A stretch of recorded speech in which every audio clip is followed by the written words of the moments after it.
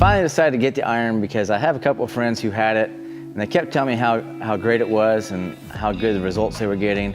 And eventually I talked one of them to send me a sample.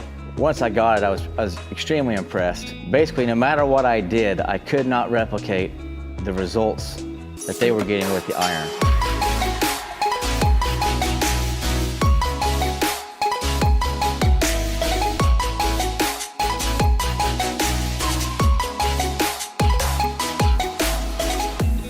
The way we utilize the iron is we print our underbase. As soon as the underbase is printed, it goes straight to the flash.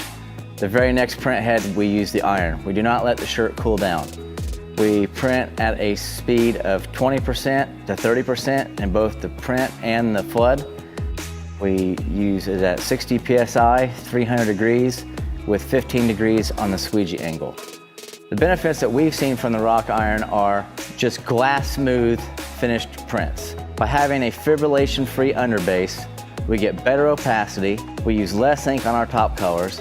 On top of that, the finished print has the hand softness of an HSA water-based ink print.